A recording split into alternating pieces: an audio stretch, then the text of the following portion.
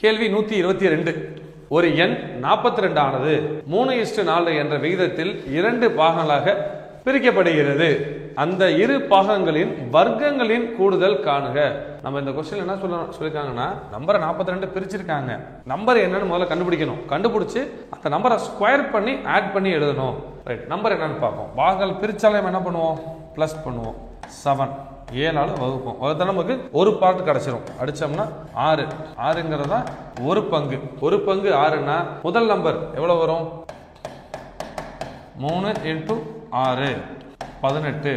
ரெண்டாவது நம்பர் 4 × 6 24. நமக்கு கொஸ்டின் என்ன கேட்டிருக்காங்க? கிடைச்சிருக்க பாகங்களின் வர்க்கங்களின் கூடுதல் அப்படிங்கிறாங்க. அப்ப இந்த ரெண்டு நம்பரையும் நம்ம ஸ்கொயர் பண்ணணும்.